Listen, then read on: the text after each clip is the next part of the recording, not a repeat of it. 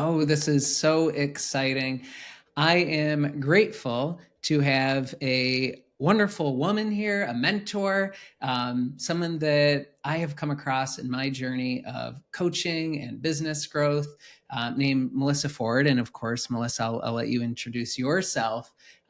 Before I even share that, though, I'd love to share just how this came about, which is during the AJC, Ankush Coaching Career School, I said, I'd love to interview people on how do they create clients? How do they grow their business? Because a lot of the books that I've read talk about what to do when you're in a conversation with somebody, but not always how do you get into the conversation to begin with. And so I think this is wonderful. And I know this is going to make a difference for so many people. And on top of that, I've also joined the Power of Systems Lab with Trevor Timbeck and Steve Chandler. And so I think this will also be fun to bring in this idea or this concept of systems. How do you even how does one create their own system for service? Because it's such an individual thing. And so I'm just really excited to have this conversation. And so thank you for being here, Melissa. And I've already said your name twice, but I'll let you introduce yourself. Thanks, James. Well, it was easy to say yes to you because you have such realness and warmth and positivity, and you are a true learner. Like from the first time I met you, you were willing to do all kinds of things, test things out. You've participated in and continue to in AJC. You just exemplify a coach who knows what it takes, which is to stay on the path and keep learning and put yourself in comfortable and uncomfortable positions and keep testing things out. So I'm really happy to be here. Thank you. Okay, a little bit about me. Well, I've been a professional coach where I officially said I'm a professional coach for, I want to say 15 or 16 years. Prior to that, it took a long time in getting to the starting line, but I spent over a dozen years doing my own personal development work through something called the Option Institute, which is in Sheffield, Massachusetts. I have been mentored and coached by some of the finest, including Steve Chandler and Trevor Timbeck and Carolyn Freyer Jones and Ron Wilder. And there's so many people. Lisa Geruzzi coached me for a while. She's in the Power of Systems, Claire Diamond. So it goes on. And if I've missed you, it's not because anybody listening to this, because you weren't significant in your life, but you've become a part of how I coach. So everybody I've taken from, and I'm currently now, I run a small group program with a woman named Lavina Lee. She's a coach. We're collaborating and running this for coaches, as well as I have my one-on-one practice, which are some higher level coaches who've been on the path for a while, as well as leaders. So I continue to learn, and I'm grateful for this profession, that we don't ever stop learning and growing. So that's me. Married, live in Chicago, have 2 adult kids who are living their lives, and very grateful for what's been created. Wow, excellent. Yeah. Well, thank you for sharing that and for being here, because I think it just really exemplifies the commitment that being a coach takes and showing up. And so I'm really excited to dive in. And I know I sent you an email, right? And I'm like, well, here's some ideas that I'm thinking of going with, or questions that I might ask. And so I'm really excited to dive into those. Immediately what's coming through for me is I kind of think of the main premise, and I reread your book to prepare. I reread the book, and it's so wonderful. For so many people at so many levels, I'm almost thinking of the person who maybe has been, maybe they've been hovering at half, or maybe they've really been wanting to fill their practice. And that's kind of the premise that I'm coming to from this today of who I picture this for is people who have been coaching for a bit and they really want to fill their practice. Um, could you tell me what do you notice is perhaps the things that maybe the commonalities that you notice they need to start taking responsibility for, or where should they even look to or begin to look? Yeah. Well, it all depends, and it depends on each individual coach. I remember I used to hear, well, what's the context? Give me a little bit more about this person. So I would always start there. But from my own experience with wanting to have a full-time practice and finding at times it wasn't full-time, or I only had 6 people and I wanted 12 or 18 or whatever I wanted, um, where my mind would go would be to what's wrong with me? Like, what am I not getting right here? And it went there a lot. And fortunately, having a coach, I would get redirected and I would be reminded of filling my calendar and inviting people to conversations. And I knew all those things. And yet I still had 6, 7 people and I wanted more. And so I noticed for myself and many of the people that I've coached, they're not even at a place to think about taking 100% responsibility, because what they're typically up against is some unconscious fear. Something is driving the whole experience, shaping the lens through which they see their world, so that continuing to fill their practice, they just can't quite see, well, who do I reach out to? Well, how do I do that? And in the beginning, I had lots of questions such as, how do I this and how do I that? And I would be told, go serve, go serve. And I was like, what does that mean? And I eventually realized the how to was really just the first cut. The next cut was, did I really want to? Wasn't how to. But even underneath that was I willing to? And when I started to see the lack of willingness to invite the next person, or invite the person that I thought was like the pedestal person, somebody I could never ever ask, I started to see where my practice wasn't quite where I wanted it to be, because there was some resistance, there was some fear that was operating. So, what I like to do is to notice where it's operating, at least for me, this is what I do, is notice where it's operating and really start to get clear about what's the fear and why the resistance, and then a willingness to move into it. Because I've discovered that every time I move in that direction, um, I learn something else. And by taking action, something presents itself, an opportunity, another person to coach, a cool idea. So I'm looking for the edges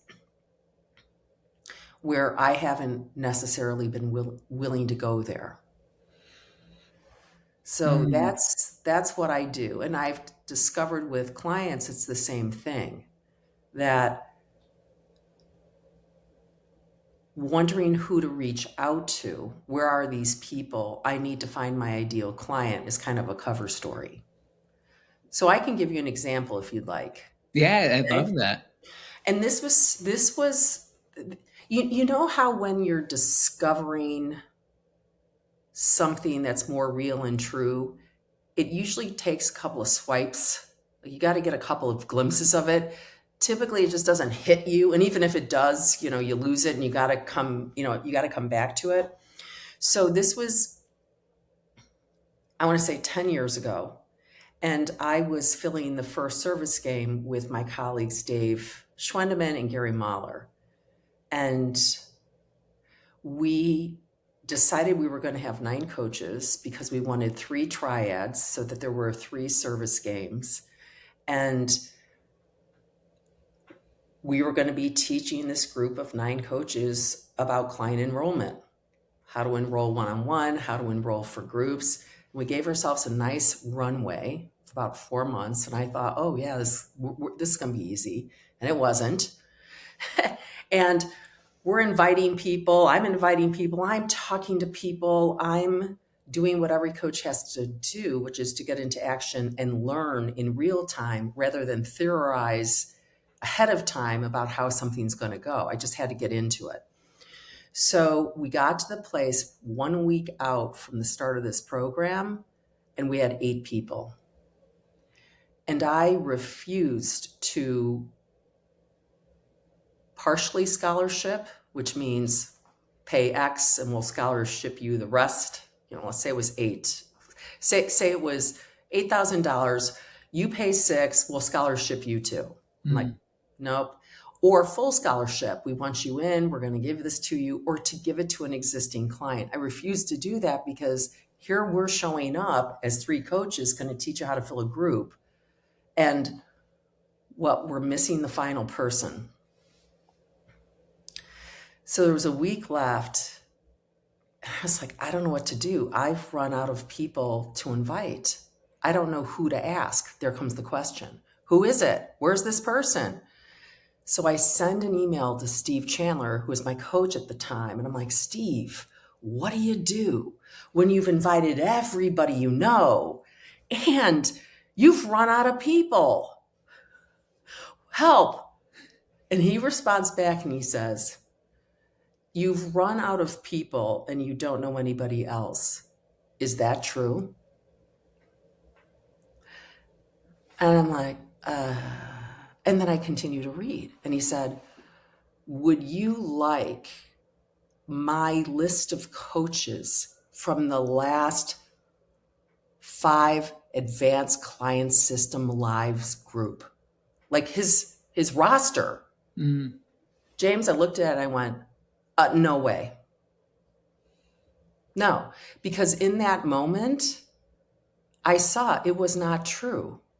There were other people I could reach out to, but I didn't want to hear no again. And so my mind had created this really great story. There's nobody else. There can't be anybody else. And I saw it, that question, is it true? And I went, no, it's not true. And then I saw this incredibly generous offer. I'm like, there's no way. There's no way the last person's going to come off of Steve's list. I can be very stubborn. So I was like, no, thank you, but no, thank you. And I saw my fear, and it kind of blew my mind. The cover up was so real. I don't know anybody else, but I did. So I had a week, got a hold of this individual, coached them again. And in that week, this amazing coach showed up, plane ticket, paid in full, came to the event in Chicago. Wow. Yeah. And it's really good for me to see that, because anytime I think I've run out, I haven't. I'm in some sort of fear grip, right? So like with coaching, both can be true. I had a client years ago who had this incredible system of people that he was inviting, people he was coaching, people he was connecting with, and he'd cycle around, and he finally said, I've run out of people. And I said, yeah, I think you have. So what do I do? And from my perspective as the coach, and the beauty of being the coach is I'm not in it. I'm not in the swirl of that reality. And as best I can make a guess as to what I think is going on, and may or may not get it right. And I said, well, here's an idea. What if you got out from behind your computer and went out into the world and met some people. And you could see all this resistance, and this individual was very clear about all the resistance. And I got to give it to this coach. He got out from behind his calendar, his computer, and met some new people and had some new conversations. Wow. Yeah. Those are amazing examples, because what I'm hearing is like you said, the cover up can sound and feel so real Yeah. that something can be right there, or available, and whether it's the judgment or the unconscious fear that's coming up, it's blocking what's available, or even taking the action. And so what I'm hearing from you, and it sounds like what you shared, that you found useful for yourself, is one, having the awareness, that checking in, but almost leaning into the edges, is I think that the language that you used. Let's say somebody's listening, or I know someone will be listening. Let's say somebody's listening, and they're noticing that they have this fear, or sort of, they're they're aware that there's some experience that's occurring for them. Is there anything that you found useful in terms of leaning into that edge, to sort of, because what I'm hearing is the resistance can often be strong. Is it looking at what's available? Is it, and I know it can be different for each person. I'm just almost wondering what might help them dance with it a bit more. Yeah. Well, you're right. It's each person will come up with a way to dance with it if they're willing. Hmm. And it doesn't mean like, oh, I've got to like run screaming towards the fear. But if I'm just willing to move in that direction and test something out, not to necessarily get the result I'm looking for, but to start to see beyond this limited story. And then the more that I see, then it's going to reveal something else that's possible for me to do. Um, and then am I willing to go do that in service to um, what I say I want, which is to grow as a coach, to become masterful at client creation, to become more masterful as a coach, to see where my egoic stories are are keeping me safe. Like, am I willing to look and go there? And it doesn't have to be full on. It can be, the 2 or 3 or 5%. Hmm. Because when I first started coaching with Steve, I was looking for a coach to give me the answers.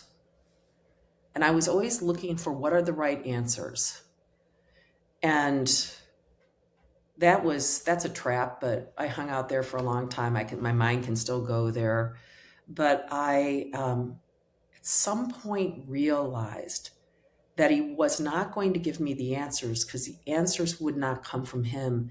They initially came from, he would give me an option. Well, you could test this out. And I realized the only way that I was going to learn was I had to go test it out. So then I started to kind of become my own Steve, which was, where's the edge? And am I willing just to go test it out? Just to uncover what I uncover. A great example of this is I'm in a group now with Trevor Timbeck and Carolyn Freyer Jones, and Trevor has immersed himself in something called Conscious Leadership Group. and he may be bringing this into the power of systems. But one of the distinctions is called reveal versus conceal. And the idea is that we are either revealing or concealing. And more often than not, at any given moment, this is happening. And more often than not, we're concealing. So we introduced to our group this idea of revealing, which for anybody's ego, especially over here, is terrifying. Like terrifying. And I saw my own response to that, and I thought, you got to go find out what's here. Because back to my comment about Steve, where I was looking for him to like give me the answers, I realized being a passive participant in the coaching wasn't going to get me very far. So how active was I going to become? And my answer here is it took time. It's like building a muscle. It just took time. And every time I head in this direction, whether I'm revealing something to my collaborator, Lavina, or to a client, or to my husband, or to my daughter, if I'm revealing something, every time it occurs, the story of me that has to be safe and not reveal that doesn't get reinforced, and it dissolves bit by bit. Mm-hmm. So I am an active participant in my own coaching, and it goes beyond the sessions. It's just it's now become part of the fun. Sometimes it's a little scary, but it's become part of the fun. And I don't want to stop. Yeah. Well, I really love that you model that continued growth, because one of the things that I think this is really helpful, like you said, to be someone to be willing to do that, which is in a sense what's required in order to face that, to dance with that. And I love what I read in the book, which I related to so much, which is, when this revealing happens, or you're experimenting and the failure happens, it's almost, it's like, it feels like a part of ourselves dying, right? And or now this is what the world's going to think of me, or all these people. And yeah, I think you spoke about, you shared your experience so well that to me, I could relate to that. And I imagine the person listening to relates to that, especially when those fears or those edges or whatever it might be are coming up, and they're wanting to create another client. They're wanting to fill their group. And so I love how you really shared to, step into those edges, to be gentle with themselves. Yeah. I have another question that I was going to shift to. Was there anything more there that you wanted to say before I do? One last thing, the benefit of taking a stand for yourself alongside the stand your coach takes for you is that not only do you continue to grow as a coach, but then when you coach somebody else, whether it's another coach or it's a leader or it's, somebody, an entrepreneur or whatever, you can have great compassion for their hesitation. And so when you coach them, it isn't about telling them what to do, or, you got to get past your fear. It does, you get it. And I think that level of understanding is experienced by the client. And I think it just allows them the capacity to take the next step. Mm, wonderful. That's what I'd say for that. Yeah. I love that. To me, I think this. I mean, it's obvious to me, but I think this translates so well into this idea of the social self versus the professional self. Hmm. And I was curious if you have any recommendations for someone in terms of building their professional identity. And I don't know if you saw it, but in my notes I wrote, when I think of professional self, I'm like, or when I think of professional, it's like asshole, like that's what I think of, cold.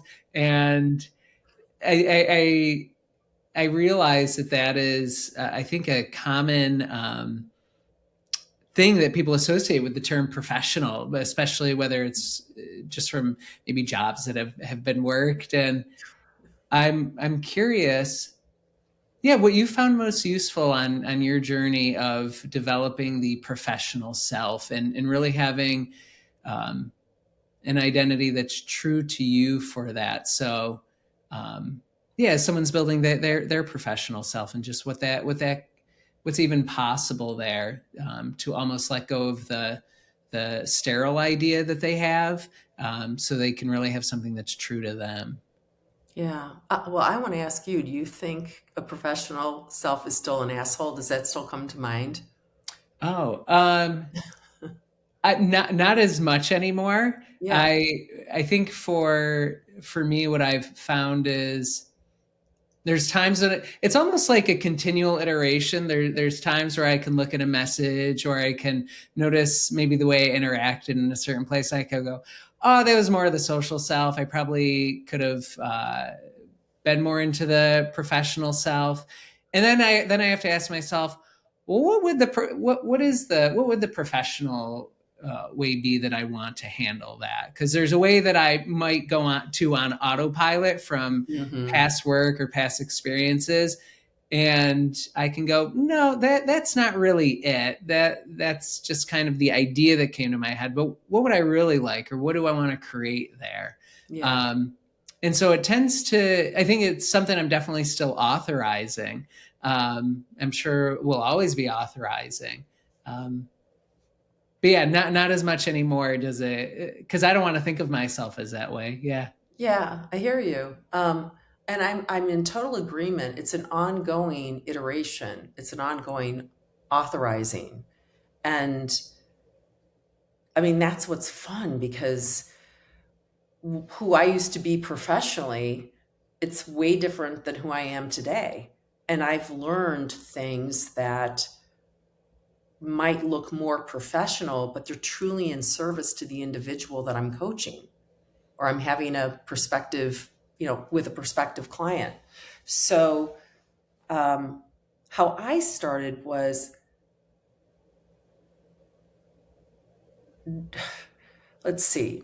No, I'm saying this as if it's true because I'm remembering it now. So back then, I can't quite tell you, but there were a couple of things. One was I was so self conscious while simultaneously trying to look like I wasn't self conscious.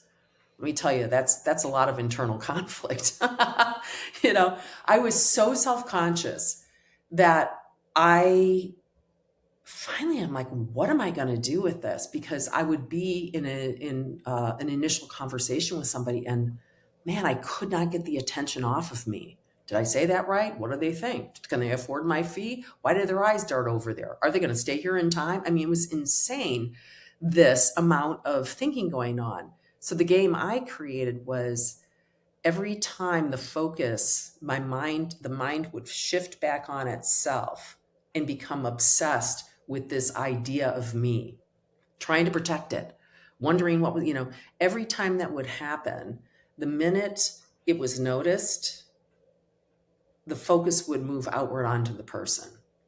And I picked that up because Steve Chandler has this amazing social versus professional audio. And he talked about distinctions are like a light switch. It's either up, professional, or it's down, it's social. It's up, it's serving, it's down, it's pleasing. And distinctions are beautiful because they are binary. So the minute you notice the mind is in the social self, meaning focused on this idea of me, the minute you notice it's not there anymore. It's already out there. And I love that idea. So I thought, well, listen, I'm just going to test out the minute I notice it, it goes back to James, comes in again, back to James. And then I thought, oh, wow, what if this happens 20, 30, 40 times in a conversation? I wonder what will happen. And I realized I could still continue the conversation. I could still offer another one. I actually could enroll clients, even though this crazy toggling was going on. So that totally blew out of the water. Well, I have to be an absolutely perfect professional person before I could create a client. Not true. So with enough practice and noticing, eventually the mind settled down and it could look outward. It could engage without a lot of thought about me. And then when it would come in, it's like no big deal. So that was the beginning. And then I had this idea that a professional had to look a particular way. I didn't think necessarily asshole, but I thought polished, pulled together, the whole thing. And I had a moment where I was coached and told I could be professional and warm. It's like, wait, what? Because, my former career was practicing law. Warm? Really? See if they can sweat. Don't let them see, any crack in the whole facade. And I realized, oh, well, my natural self is warm. And then eventually, and this is many iterations, I started to realize I don't want a professional self. Which means I don't want another identity I have to create. Really want to be this genuine expression. And then, yeah, I'd like to learn some things that I might label professional, but would help me be in greater service to whatever individual is in front of me. And I bring those to my coaches. We run game film and I get an idea. So an example of that is being coached on when I'm in the world of somebody who's inside corporate. Why don't I pare my language back? Mm. And that might look professional or cold or like a jerk, but it's not, it's in service. And so I developed some language and some way of engaging with people who are not everybody in corporate, but running around back-to-back meetings, jammed up, the whole thing, to get their attention with regard to what am I asking in this email. But it's something that I'm learning and I've played with and I realize works. Wow. I love this because to me, this is another level of service where what I'm hearing is in this, in this context, it's coming from the place of not, oh, what's my professional self? Again, kind of thinking about me as a professional, right? Of, oh, what's my professional self? It's what's in service to this person. Do I have that right? Yes, absolutely. And in times where I don't know or what I attempted didn't work, that's when I love bringing it back to my coach and go, what do you see here? Somebody who's a little bit further down the path in an area that I want to go. Help me here. Yeah, exactly. Exactly. Wow. I'm as you're sharing this, I'm thinking of, and maybe this is where this ties in, because I remember one of the questions that I wrote down from your book. Steve I have it here. Steve had messaged you. He said, "When are you going to stop living like you're never going to die?"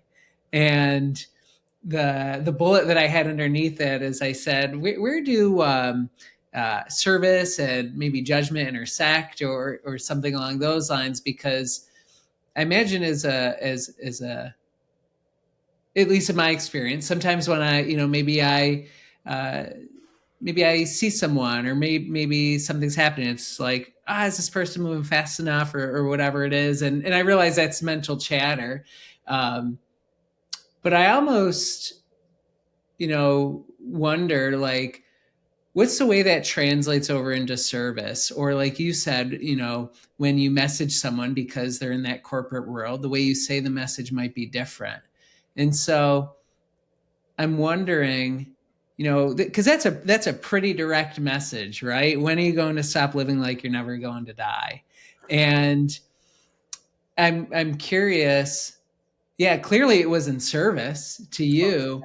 And I mean, obviously, I don't know what would have been happening on Steve's end, but I'm sure Steve saw something. And so, yeah, I'm curious how that connects to have such like a bold um, statement like that, where maybe as a coach, we might find ourselves either judging or questioning, or what's really going to be useful to this person. Like, how do you separate the two, and where does the service come in? Does that make sense, what It I'm does. asking?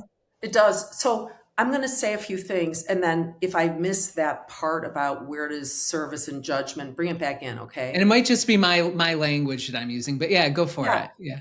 I first the questions you sent me were brilliant, truly. I'm reading them. I'm like, oh man, we're going to have the best conversation ever. And when I read where does judgment and service intersect, and Steve sent that, the first thing to know is when I talked to Steve about it, I don't know. I think I told him I was putting it in the book, or I asked him, what had you do that? And his response was, yeah, I don't remember sending it to you. Wasn't it the best? I'm like, wait a second, man, that totally rocked my world. But what I loved about it was I didn't see it as a judgment. I saw it as a very, very accurate assessment. And now, could there have been a version of Melissa that it might have taken it as a judgment prior? Sure. But at that point, we had had enough of a relationship. He hadn't coached me very long, but he had a good idea about how I operated. And I think he was willing to take the risk. And clearly, it wasn't even a risk because Steve doesn't even remember it. But he sent it, and it woke me up because it had me realize, tick, tick, tick. At some point, the buzzer's going to go off. The game's going to be over. And here I am making these declarations. This is what I want, da da da da. And so he just woke me up to, hey, this is how I see you're playing. Mm. And I was like, I think my response was, well, shit, he got that right.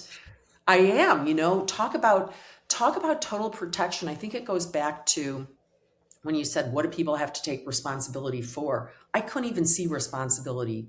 It was survival with my best effort of dragging myself forward, with the brakes on or the ball and chain around both ankles.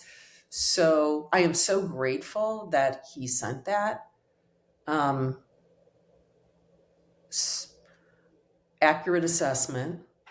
And if I have judgments about clients,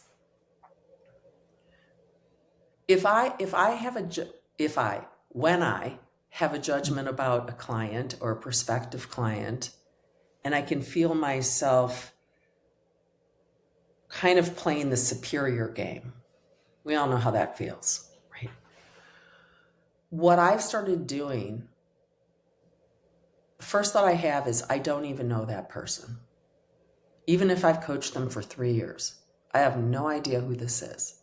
What's actually occurring is all my own insecure, unconscious beliefs, my unconscious belief system are getting projected onto this individual. So I'm not even going to go there. I'm going to sit with myself. I'm going to write down all the judgments about that individual, which aren't even about that individual.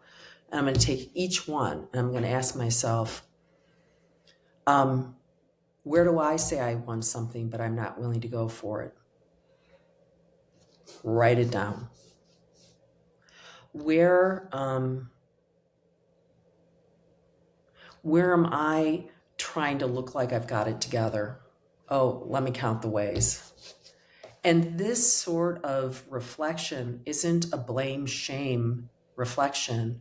It's a curiosity about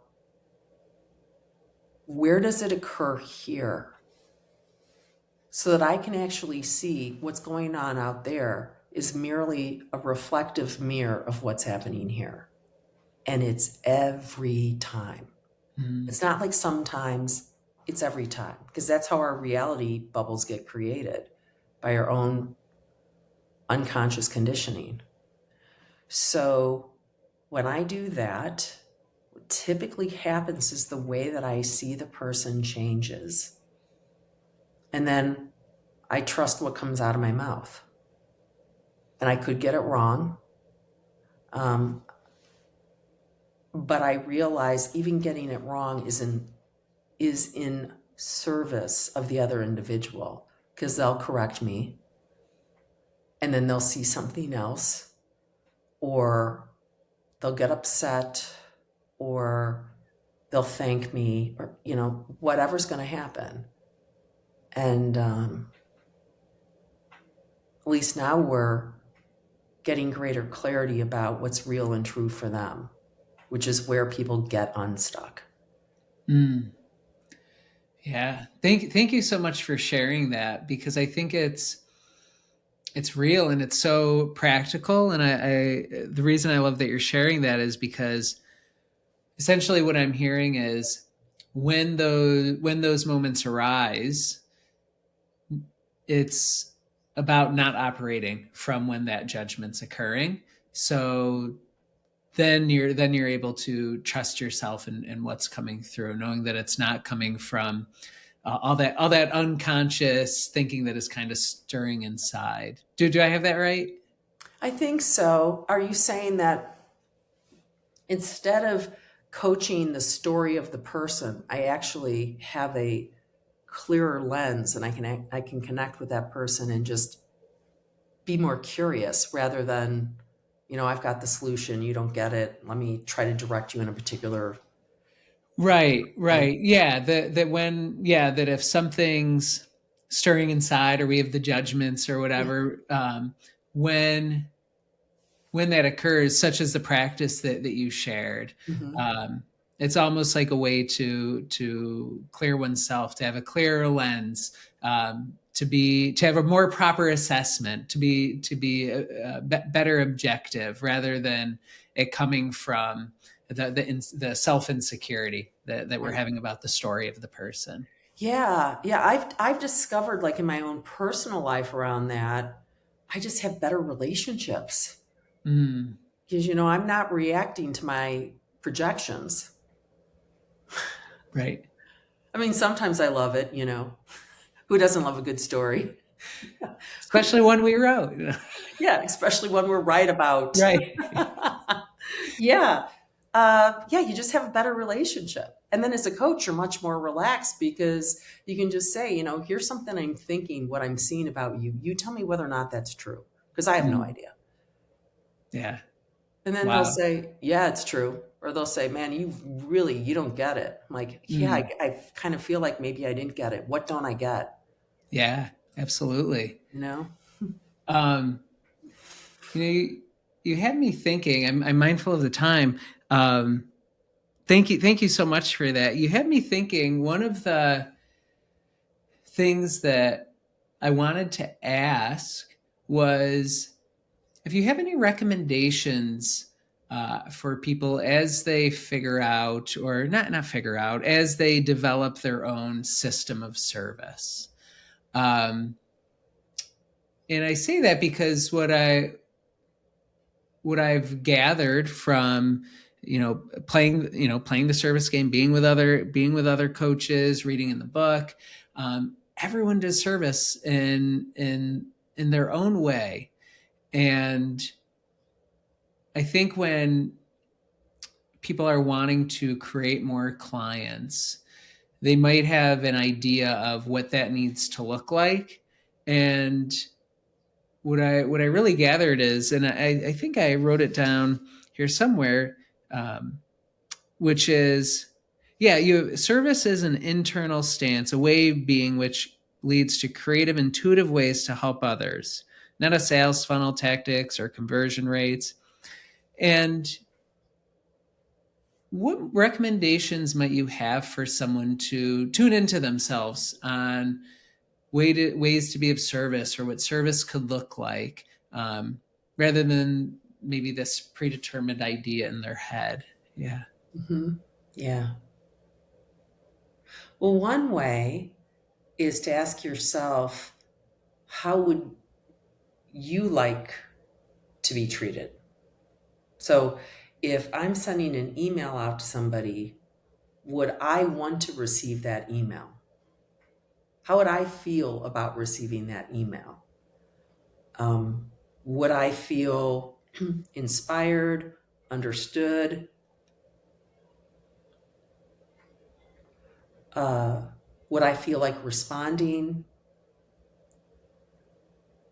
Would I feel some kind of energy that this person wants something? Like, how would I feel? So I want to check, well, how would I want to be served, and to just get curious about that. That's one thing. Um, Another thing would be, what lights me up? What sounds fun to me in terms of serving someone? What would I want to offer? What would we talk about? So I think about what gets me excited. Um, the other thing is to listen to other people's systems and then think, what's one thing in their system that I want to go experiment with, so that I have something to start from? Because I remember in the beginning, it's like, oh, what's the service thing? What am I supposed to do? But to listen to other people, not because they have the right answer. And a lot of coaches will tell you this is the right way to do this. Take that with a grain of salt and just look at, how do they do it? What are they doing that I'm curious about and I want to go experiment? Because the only way your system's going to get created is you don't theorize and think yourself to it.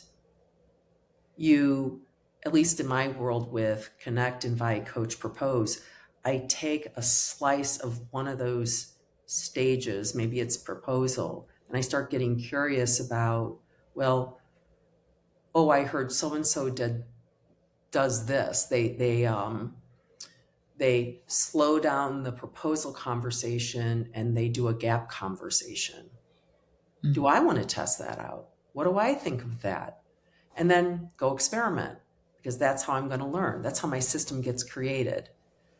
Other thing, when you stay on the path long enough, which means in my world, until I stop playing this game of coach, but I want to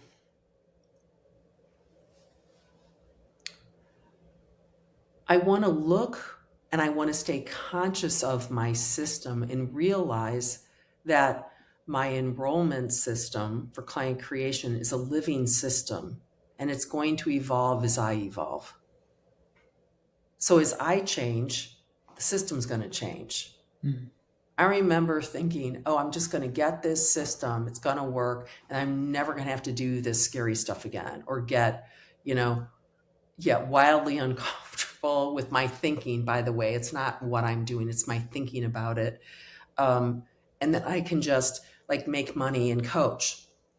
But what will happen is you'll plateau out and you'll want to grow. And as you grow, your system grows. So I had worked with a woman years ago. She was a career coach, and she came to me and she said, my system, I've gone unconscious to it, and it's no longer working. And I don't know what section isn't working.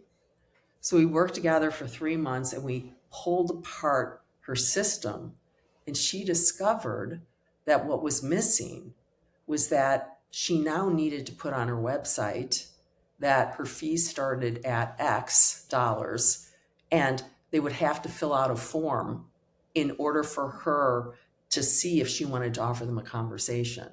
Mhm. Now, in my world, which is fill your calendar, offer it to anybody, I was kind of like, wow, that's something different. I said, well, why don't you test it out? It worked beautifully for her.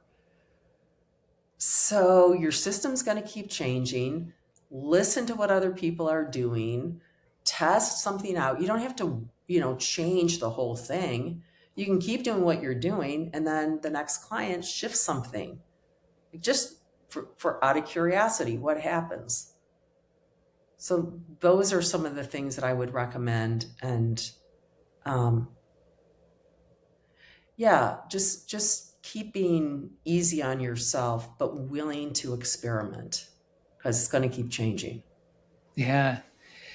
You have me thinking of the person that you mentioned who, um, had that list, and your recommendation was, get out from behind the computer and go out, go out into the world, and you could sense, the resistance there.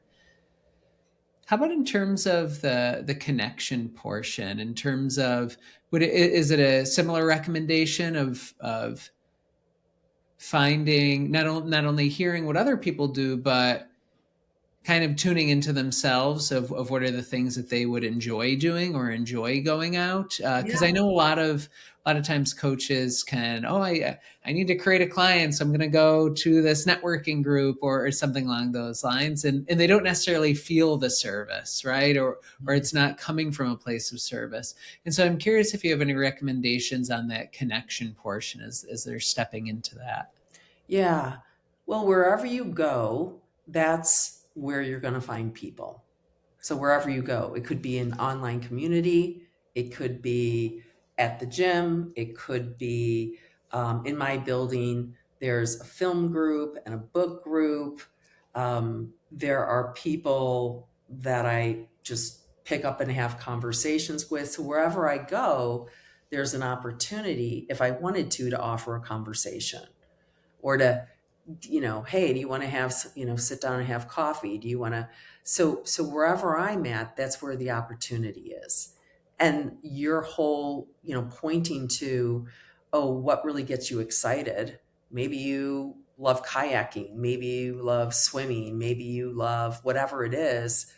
There are people around you, and that's your potential network. And also too, past networks, because another thing that I'll often see with coaches is that they'll be coming from a previous job, or they'll be transitioning the kind of coaching that they do. I used to parent coach, and so then the idea is, I never want to talk to those parents. We're entrepreneurs, but entrepreneurs are also parents. So I want to pay attention to, where am I deleting out old networks, people that I used to be connected to, friends, communities, and am I willing to engage with the human versus the story about those people? Hmm. So yeah, look around, past, current, what excites you, where do you love being? And, that is an opportunity to connect with someone. Wonderful. I love that. Thank you so much, Melissa, for being here. You're welcome. And if somebody wanted to reach out to you, or to ask any questions, what's the best way for them to do that? They can email me, and my email address is Melissa, Melissa, at Melissa Ford, Ford, coaching.com. That's my website too. Um, yeah, send me an email. And if you've got a question, I'm happy to answer it. Or, you want to connect, let me know. Perfect. And if anyone has questions for me, you can find me at jmwhiteman.com. Thank you, Melissa. Is there anything that you'd like to uh, leave those who are listening with? Yeah. Hmm. This may sound very frivolous, but go have as much possible fun as you can. I took this very seriously and I can still get in serious land, but I've noticed just a little bit more fun, a little bit more lightness. I can learn a little faster than, locked in, super serious, life or death. So that's what I would say. Add a little bit more fun. Perfect. Thank you. And thank you, everybody, for listening. And we'll see you later. Bye.